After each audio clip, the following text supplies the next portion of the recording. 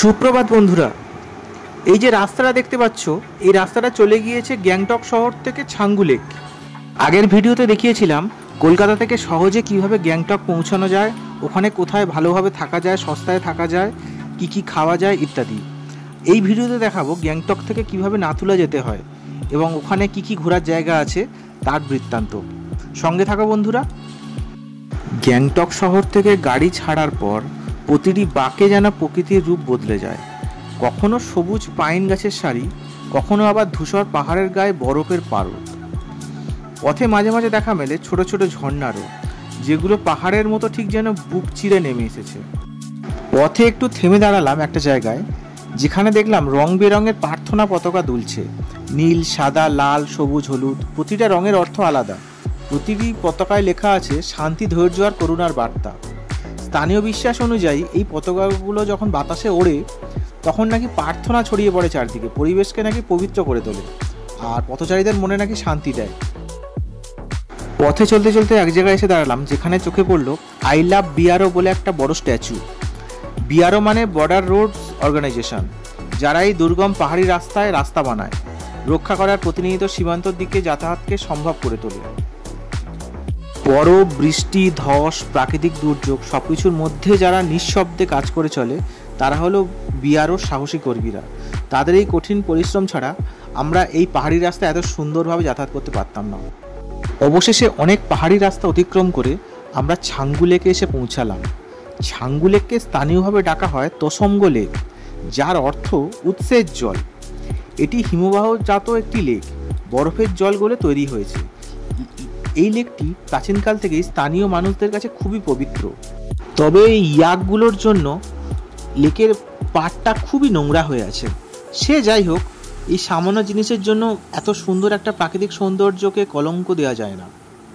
নিজের অভিজ্ঞতা থেকে একটা জিনিস একটু শেয়ার করে নিই বন্ধুরা এই পারপাসে।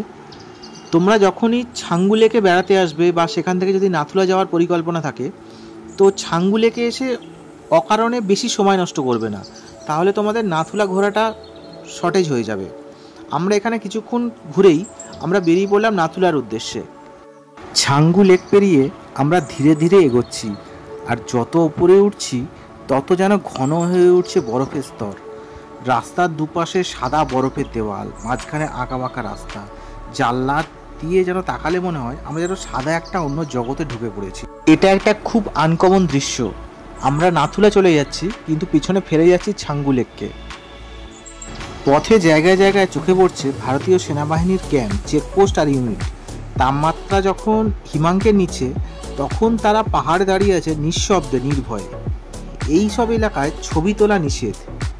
আমি অবশ্য গাড়ির ভেতর থেকে পারমিশন নিয়েই ভিডিও করছিলাম। রাস্তা যত এগোচ্ছে বরফ তত বাড়ছে। একদিকে মনে হচ্ছে যেন দেওয়াল উঠে গেছে বরফের, অন্যদিকে কয়েকশো ফুট গভীর খাদ, মাঝখানে একটা সরু পিচঢালা রাস্তা। এই রাস্তাতেও আবার কখনো কখনো দেখছি বরফ পড়ে রয়েছে। গাড়ির কাজ বন্ধ করলে দেখছি শিশির জমে যাচ্ছে, আর দূরে দেখলে মনে হয় যেন কুয়াশায় ঢাকা পথ। আর চারদিকে যেদিকে তাকাচ্ছি শুধু মিলিটারি ক্যাম্প আর মিলিটারি ক্যাম্প। এবার নাথুলা সম্পর্কে কিছু তথ্য দিয়ে রাখি। এই যে নাথুলা পাস বলা হয়, এটা কেবল একটি পাহাড়ি রাস্তা নয়, এটা একটা যেন ঐতিহাসিক করিডোর, এক সাহসিকতার প্রতীক।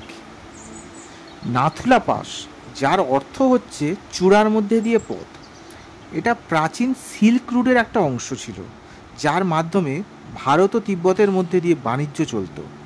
সমুদ্রপৃষ্ঠ থেকে এর উচ্চতা প্রায় 14,140 ফুট। 1962 সালে ভারত চীন যুদ্ধের পর এই রাস্তাটা বন্ধ হয়ে যায়। পরবর্তীকালে 2006 সালে সামান্য হলেও এবং পর্যটকদের জন্য হলেও, ট্রেডিংয়ের জন্য এবং অন্যান্য ট্যুরিজম পারপাসের জন্য এটা আংশিকভাবে খুলে যায়। এই অঞ্চলটা সারা বছরই প্রায় বরফে ঢাকা থাকে এবং এখানকার আবহাওয়া খুব দ্রুত বদলে যেতে পারে।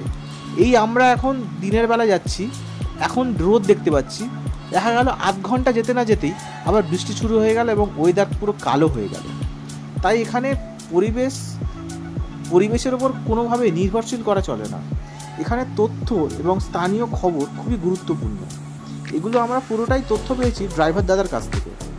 এই প্রসঙ্গে আর একটা খুব গুরুত্বপূর্ণ তথ্য দিয়ে রাখি। নাথুলা আপনারা যখন বেড়াতে যাবেন সেখানে কিন্তু খুব শ্বাসকষ্ট হতে পারে। আসলে সমুদ্রপৃষ্ঠ থেকে এর উচ্চতা অনেক বেশি, তাই বয়স্ক এবং বাচ্চাদের ক্ষেত্রে শ্বাসকষ্ট হতে পারে। আমরা পকেটে একটু করে কর্পূর রেখে দিয়েছিলাম। শুনেছি কর্পূরের মাধ্যমে শ্বাসকষ্ট নাকি হয় না। এছাড়া ইমার্জেন্সি পারপাসের জন্য একটা অক্সিজেন সিলিন্ডারও রেখে দিয়েছিলাম। গাড়ি যেখান থেকে রিফুয়েলিং করেছিল সেইখানে পেট্রোল পাম্পের মধ্যেই বিক্রি হচ্ছিল দেখলাম অক্সিজেন সিলিন্ডার। তখন দাম নিয়েছিল 550 টাকা।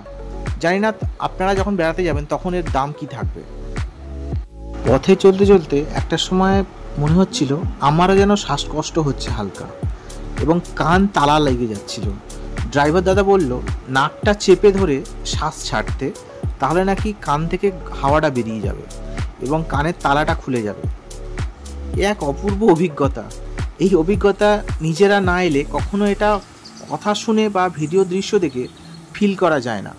তো সবাইকে আমি বলবো একবার হলেও আপনারা গ্যাংটক বেড়াতে আসুন এবং গ্যাংটক থেকে নাথুলা, ছাঙ্গু এগুলো অবশ্যই যাবেন। আমি নাথুলাতে কিন্তু ভিডিও করতে পারবো না, শুনলাম ওখানে ভিডিও করা নিষেধ। তাই আমি যতটা সম্ভব দৃশ্য, প্রাকৃতিক দৃশ্য আমি নাথুলা পৌঁছানোর আগেই দিয়ে রাখছি। আমি এর আগে বরফ দেখার জন্য কাশ্মীর বেড়াতে গিয়েছিলাম। কাশ্মীরের বরফ আর সিকিমের বরফের মধ্যে অনেক তফাৎ আছে। ওখানকার রাস্তা এবং এখানকার রাস্তার মধ্যে অনেক তফাৎ আছে।